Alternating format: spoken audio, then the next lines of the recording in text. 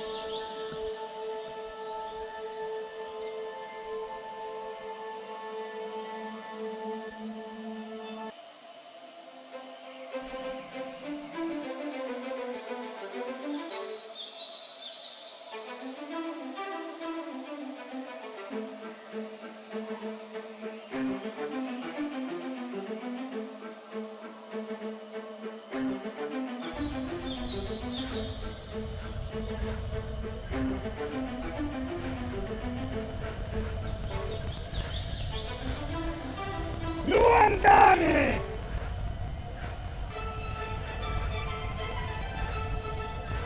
Luandane! Luandane! Luandane! Luandane! Luandane!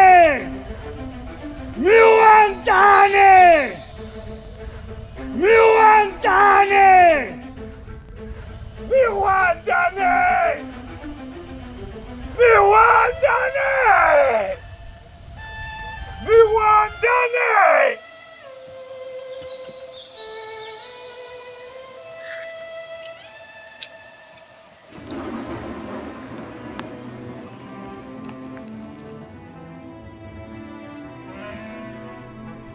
Quel honneur!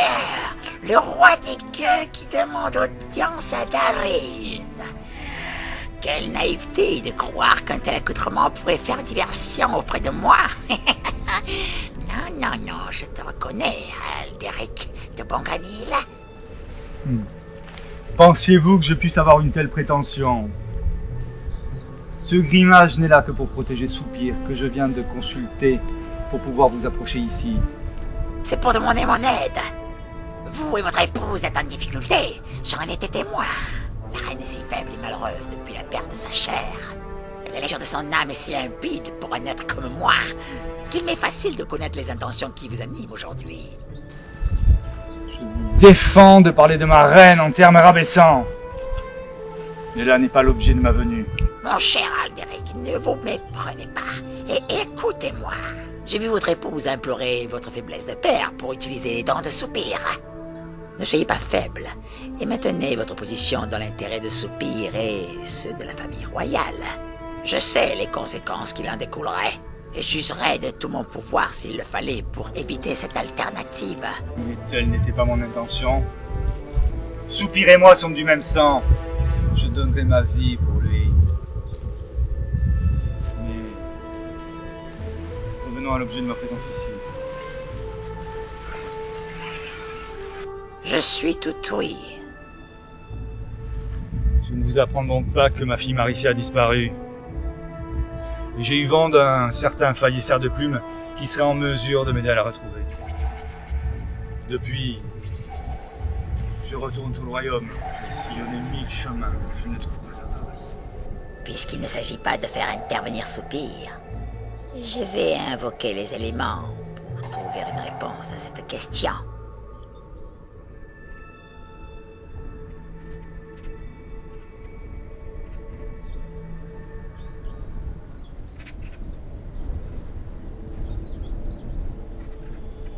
Guideric. Fayère sert de plume, mais plus en mesure de se déplacer, car il a été emprisonné.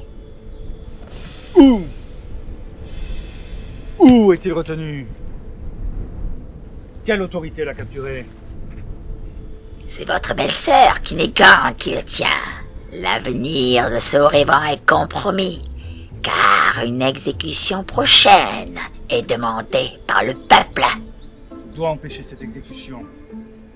C'est ainsi en hâte que je dois aller voir ma belle-sœur pour mettre un terme à cette condamnation. Il vous faudra la convaincre, et surtout trouver un moyen sûr m'en de le charge. faire évader. Il n'est pas difficile pour un roi que de faire appel à ses espions. Brunelil le fera sortir.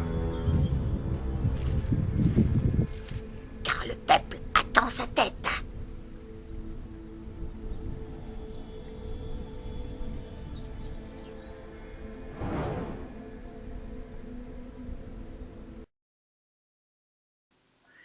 Guidés par leur instinct, Nitouche et Nayat progressent lentement depuis leur sortie du gris rêve du Nord dans le bois de Mortefeuille.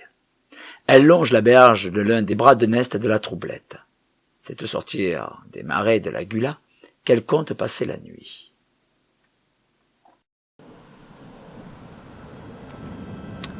Les deux voyageuses sont équipées pour la route.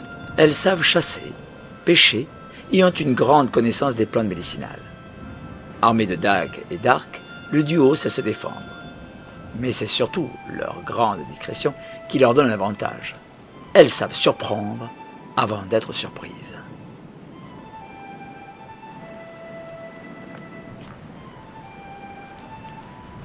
Les aventurières aspirent à trouver le repos, car le voyage est rude et le climat très changeant en Jersey-Logarn. Leur force est mise à rude épreuve, mais rien ne peut entamer leur motivation. Elles sont arrivées en Jersey-Logarn par un concours de circonstances lié à un objet peu encombrant qu'elles transportent dans leur bagage.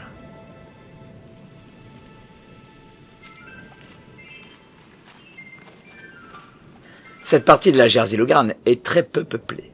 Les gens du pays craignent la route du Gwalar, car peu fréquentée et peu fréquentable. Par chance, Nitouche et Nayat n'y ont pas fait de mauvaises rencontres. Et elles marchent à présent le long de la Troublette.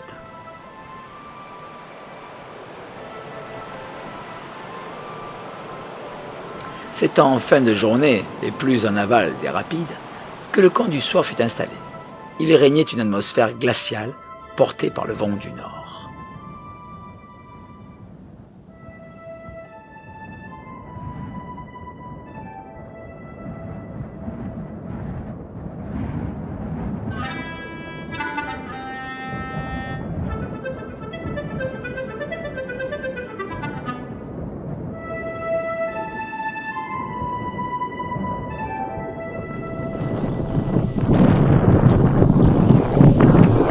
Ça va, il touche?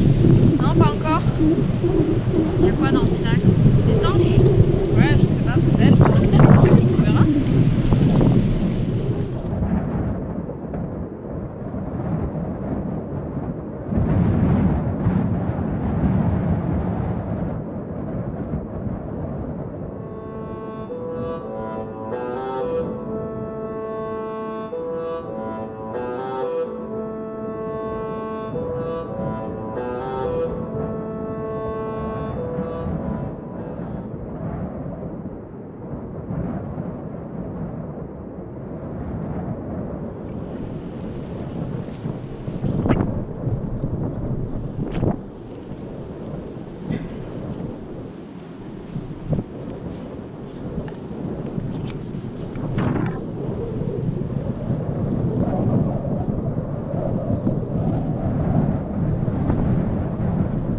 Tu sais où on est? Pas du tout. Comme après chaque déchirure de rêve. C'est un peu le hasard. En tout cas, je ne sens pas les embruns. On doit être loin de la mer.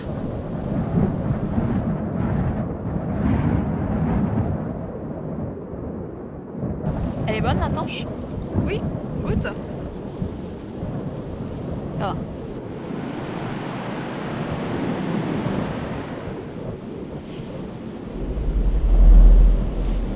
Ça recommence? Ne le sors pas! Laisse-le à sa place. Je n'allais pas le faire. Il nous ferait encore des misères et nous mettrions des jours à nous en remettre. Laisse-moi quand même faire une lecture onirique. J'ai besoin de rêver avec son consentement et son influence. Tu peux essayer de voir s'il est là? Pour une fois que les dragons sont avec nous. La magie ne se laisse pas faire. Si seulement j'avais un maître pour me guider, mes compétences oniriques n'en seraient que plus fortes. Ne te plains pas. Tu as un don que je rêve d'avoir. Oui, eh bien, parfois le rêve se transforme en cauchemar.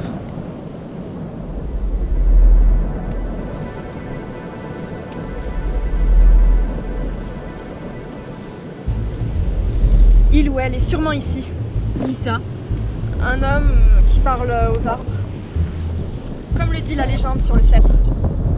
On va encore rencontrer quelqu'un de spécial. Oui, sûrement un magicien.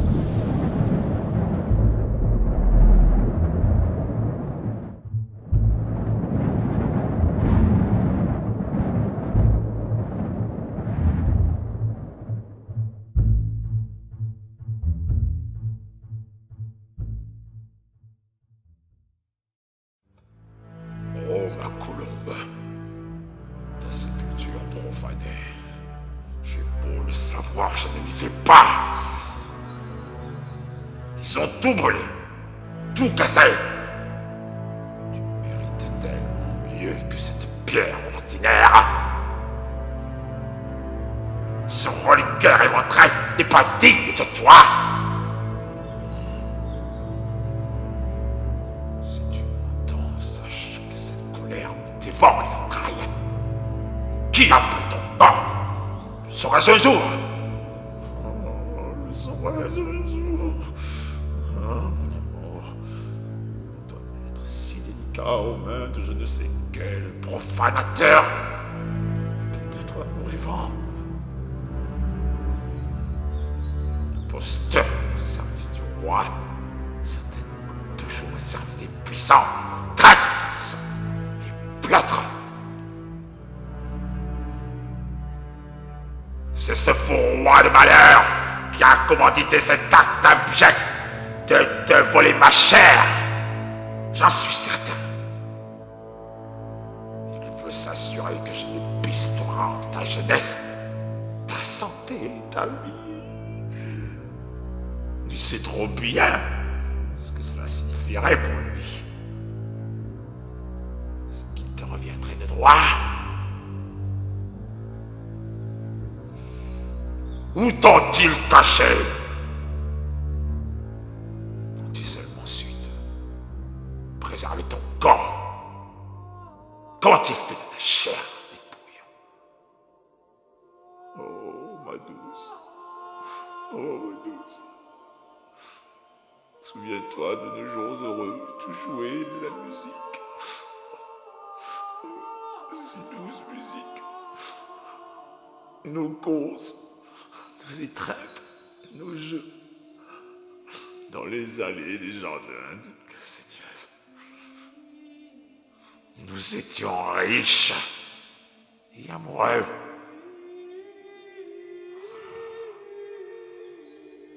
Oui, nous étions riches et amoureux.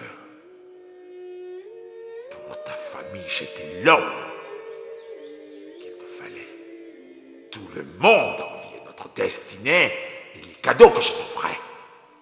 Ton amulette de protection n'a pas suffi. Cette tragédie, alors que la maladie te prenait, je suis certain, ils t'ont jeté un sort. Tu sais, il fallait que je le fasse. Ils n'ont rien compris. Personne n'a rien compris. Nous sommes seuls à savoir. Allez, ma belle colombe, viens, il est temps d'aller. De t'emparer du cadeau que je te prépare. En attendant que je retrouve ton corps, celui que je te destine là-bas te plaira, oh oui, oh oui, oh oui. Elle est jeune et plutôt jolie. Elle est forte, exactement ce qu'il te faut. Mais prends garde à son compagnon de route.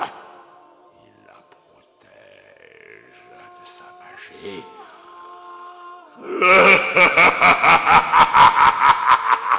Il ne pourra rien contre toi.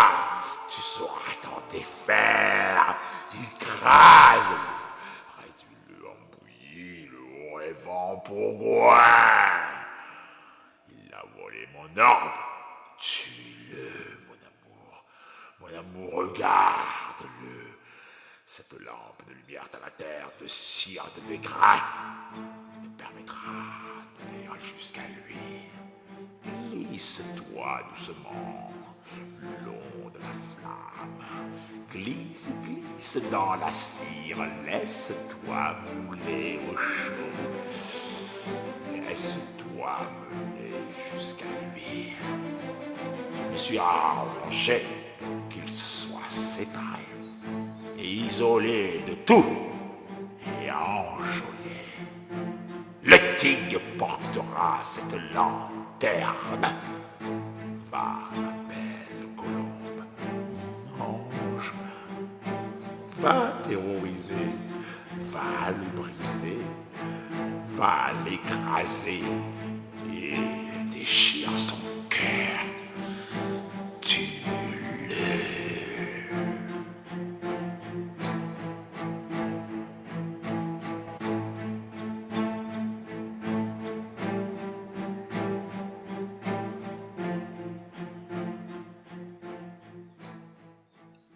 Locke, pour passer inaperçu à l'extérieur de sa caverne, a l'habitude de se grimer, pour ressembler à un gnome ordinaire. Il use de postiches assez grossiers qu'il achète chez les hommes, et qu'il enchante pour que l'illusion soit totale, ou presque. Je serai gentille et rigoureuse. Alors non, il suffit. Mais maître, ça fait si longtemps que vous n'avez pas mangé. Je m'occuperai de ça plus tard. Va jeter quelques braises sur l'autel et ferme-toi. J'ai des ordres à donner. Sorcière, présente-toi devant moi. Oh oui, Locke de Garde, je suis à vous. Oui, créateur, me voici. Quelle est votre ordonnance? Je t'ordonne de retrouver Nildour des Sions. Elle sait où est l'orbe. Où et comment puis-je guérir la princesse? Devant le lac Nestimar, elle racontera ton nom. Oui, maître, mais comment être certain qu'elle fera appel à moi? Je lui fais peur. Tu es stupide, sorcière. Stupide, laide et bavarde. Je commence profondément à m'en lasser. Mais comment fera-t-elle pour avoir l'idée de m'invoquer? Comment penses-tu t'être réveillé si vite de ta léthargie végétale? Je te l'ai suggéré. Comme je lui suggérerais de t'invoquer. De plus, elle connaît le rituel. Et elle a les clochettes humeuses. Son peuple est le gardien de l'ordre depuis des générations. Et il a juré de la préserver. Même des grands rêveurs. Comment l'obliger à me révéler cette information? Elle n'aura pas le choix. Son clan a été attaqué par les Bruins. Depuis, désespérément, elle recherche son frère. Tu lui diras où le trouver. En échange, elle te dira où est l'orbe. Mais créateur, où est-il? J'ai déjà interrogé le Vorin à ce sujet. Il te soufflera la réponse en temps voulu. Quand dois-je partir? Et... Des questions, des questions. Combien de fois vais-je te le répéter, sorcière? Ferme-la quand je parle.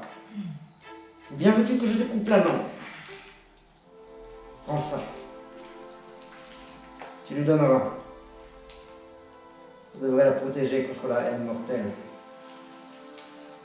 Fie-toi à sa taille, pour ne pas trop l'effrayer. Ne prends pas d'initiative, je t'ai à l'œil comme toute chose. oui, Locke de Garde. Tu pars sur le champ. Je vais suivre le vent sorti de la caverne. J'ai faim. À nous deux, passeuses, va chauffer mon lit.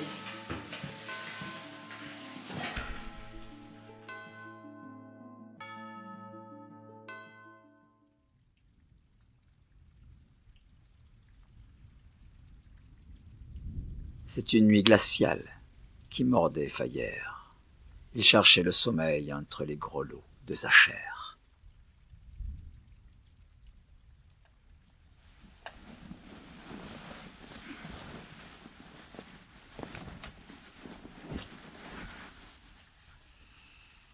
Princesse.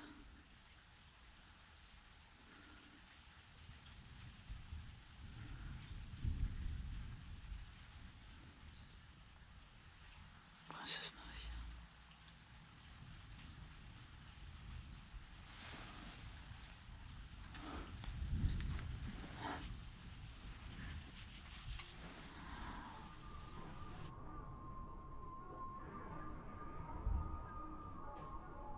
Fayer, reste maître de tes rêves. Tu ne devras pas flancher. Résiste. Concentre-toi sur ma voix draconique. Elle est liée au fleuve de l'oubli. Ne t'arrête pas, suis le chemin de ma voix, qui est aussi la tienne. Fais vite. Ce désert grouille de mangeurs de rêves invisibles. Pour la plupart, tu sais ô combien ils sont voraces et pourraient nuire à ton seuil, à ton rêve. Tu peines, reste concentré, accroche-toi, ne faiblis pas. Reprends-toi, Fayer. Ne t'endors pas, tu es si proche. Allons, allons. Trop de fois tu as échoué, le temps s'écoule pour moi aussi. Et j'ai besoin que tu arrives jusque-là maintenant.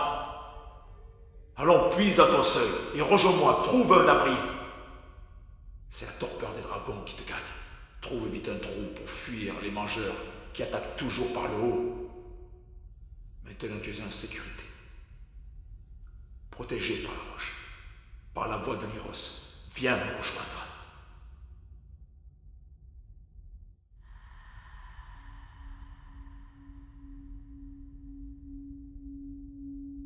Bien, faisons vite. Ta présence ici pourrait nous coûter cher. Je dois te dire que j'ai moi-même lu le livre que tu détiens. Il n'appartient pas aux hommes. Tu as commencé à comprendre ces secrets. Et sache qu'il pourrait te donner connaissance de la voie secrète des flammes. Ces créatures en lien infini avec le vivant pourraient t'aider dans ta quête pour retrouver la jeune princesse. Oui, elle est plus de ce qu'il semble. Cet enfant est lié par un sang mystique de notre âge, celui d'une créature cachée dans le rêve de Jerzy Logarn. Et prends garde à toi. La créature sait que tu es là avec le livre. Je le suppose, je le devine, dans l'onirilme du temps. Je ne sais pas qui et quand, mais quelqu'un va venir te chercher. Reste sur tes gardes, dors d'un œil et veille sur ton seuil de rêve.